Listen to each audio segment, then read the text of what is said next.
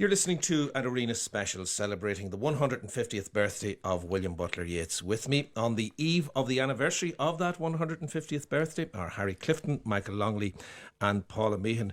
We've spoken about those early lyrical verses. We've spoken about the time in Sligo. We've even touched on the magical side of things. But if we're ticking boxes, as Michael Longley talked about in the case of William Butler Yeats, we must tick the Maud Gonne area of his life. Was she actually someone he was in love with, or someone that the poet needed to be in love with, if that makes sense as a question, Paula?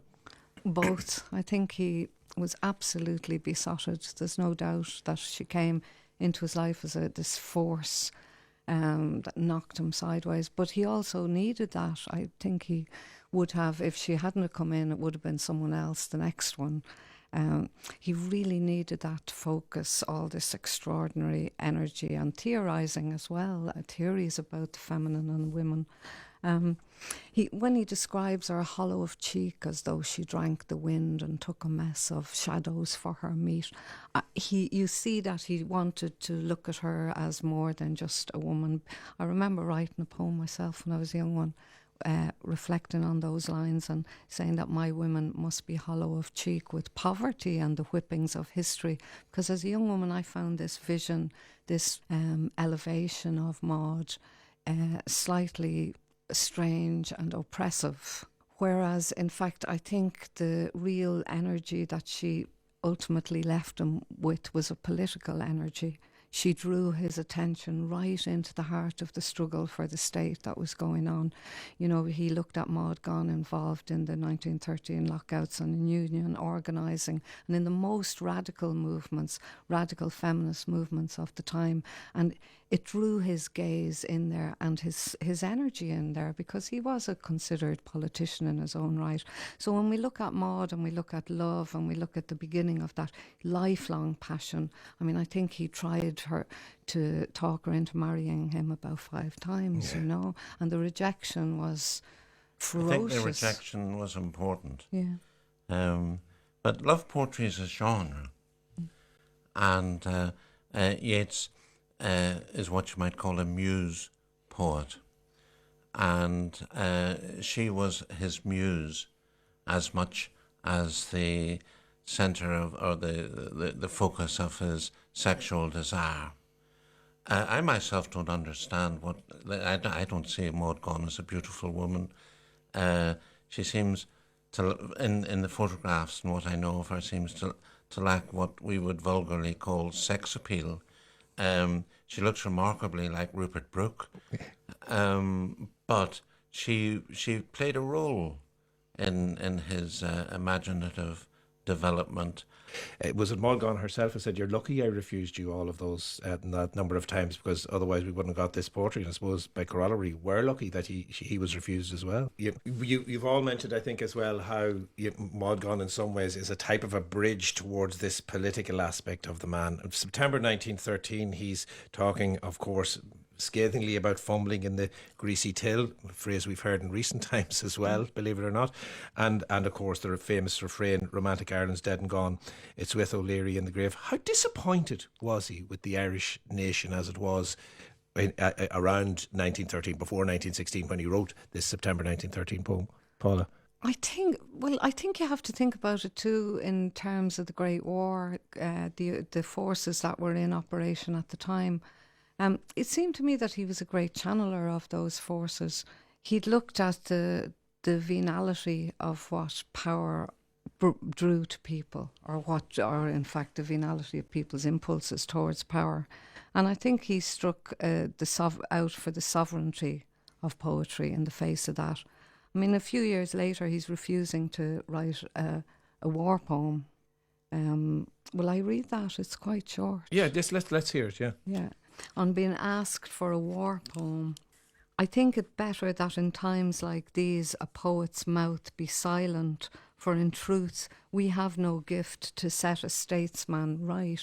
And I think that was always under his political, if you like, the poems that we call or see political, this unease at, I suppose, sullying his gift by bringing it down among the masses. It was the pettifogging side of national life. The fact that the Hugh Lane collection didn't come to Ireland because the burghers couldn't rustle up enough money for it. It was that kind which Back in the news again as well. He wrote Easter 1916, Yeah. which in my book is the greatest war poem I know. And he wrote it, as you say, at the height of the history that was behind it.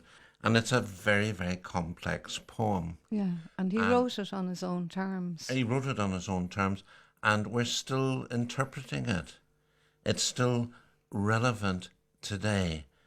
And then he goes on from that truly a gloriously great poem to the Meditations in Time of Civil War, which, as somebody who lived through the Troubles in the North, I see as a template for how one deals with complex political conundrums and messes in poetry. It's a model of how to deal with history as it is happening calamitously around one. You mentioned Easter 1916 as almost a great war poem, if you like, and that we're still interpreting it. Well, let's listen to it and give us a chance maybe to explore it a little bit further. The reader here is Liam Cunningham. I have met them at close of day, coming with vivid faces from counter or desk among grey 18th century houses.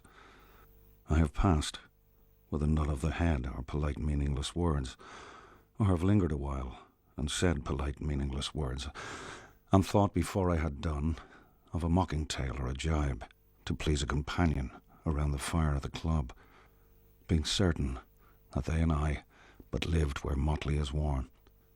All changed utterly. A terrible beauty is born. That woman's days were spent in ignorant goodwill, her nights in argument, until her voice grew shrill. What voice more sweet than hers when, young and beautiful, she rode to harriers? This man had kept a school and rode our winged horse.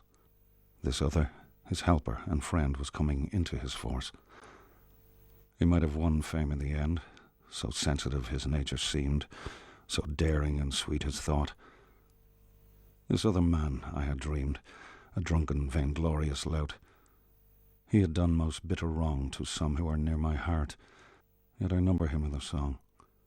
He too has resigned his part in the casual comedy. He too has been changed in his turn, transformed utterly. A terrible beauty is born.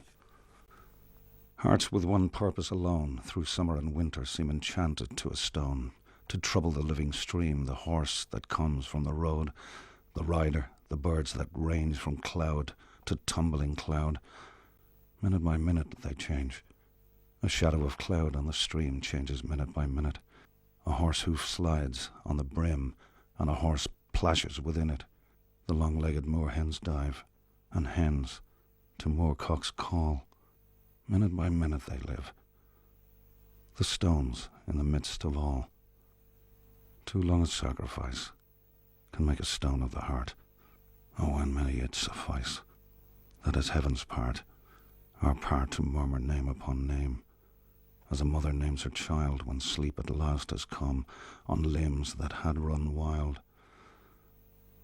What is it but nightfall? No, not night, but death. Was it needless death after all? For England may keep faith for all that is done and said. We know their dream, enough to know they dreamed, and are dead.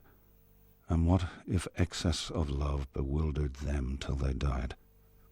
I write it out in a verse. MacDonagh and MacBride and Connolly and Pearse, now and in time to be, wherever green is worn, are changed utterly. A terrible beauty is born. Liam Cunningham reading William Butler Yeats's Easter 1916. Incredible in the reading of that poem there, Harry Clifton, how we hear that almost conversational, prosaic nature of telling us what's happening, and then this really powerful, imagistic and rhythmic, is the third stanza, the one that starts with hearts with one purpose alone. It gives us the the breadth of what Yeats can actually do, even within one poem. Yes, you know, there is this powerful 3-beat line which Yeats begins to bring into play, and which actually becomes immensely influential with more modern poets. Patrick Kavanagh picks it up. Seamus Heaney picks it up in his poem Casualty very much later. In that wonderful reading, it's the conversational thing that comes through. When you see it on the page, you notice the structure, almost the Chinese aspect of the whole thing, which is the visual symmetry of kind of confiding tone in it. And rhyming verse with purse. And then the great oxymoron, a terrible beauty. And we're still living in that oxymoron, aren't we? We're still deciding what to do about 2016. Yeah, he wrote it in the year of the Rising. I mean, it was finished by September of 1916, so it has that freshness and the horror and the appalled sense of the suffering that had come down. He didn't publish it until 1922. That's right, yeah. Yeah, it was after, Sorry, yes. Yeah. But he wrote it in that, I suppose, that swell of emotion. And it is very controlled, as Harry points out, formally very controlled.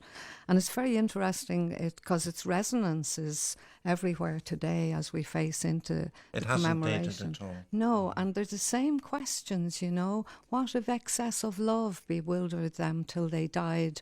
I mean, this is a hugely mysterious question at the heart of the poem. And it's strange that it's actually the dreamer, if you see Yeats as a dreamer in the fullest possible sense of that word. And given, as I believe, that poets are the people who record the dreaming history of the human race, that it is really Yeats's vision, that lens through which we're going to look at the actions next year of the Rising. You've all touched on just how good a technician he was and is in that poem. How much has he given poets of this generation technical lessons in his poetry, Michael? Well, I think we're all in his debt. It was Austin Clarke who said something rather gloomy about how we all wrote in his shadow. Mm-hmm. I don't feel that. I feel as though we today write in the lighthouse beam of his extraordinary example, the abundance of his poetry. And he is a master technician, but it's always the art that conceals art. It's never clunky or obvious. I read that poem, Easter 1916, many times before I realised that it rhymed. It's all done so effortlessly. And you get the incantation, of course, but you also get that lovely confiding, confidential note of a man speaking to other human beings. In a way, the altitude of his achievement is a huge challenge to anyone who would dare to call themselves a poet. Well, let's have a listen to one musical interpretation of Yeats. Here is the Waterboys with Before the World Was Made from their 2011 album An Appointment with Mr. Yeats.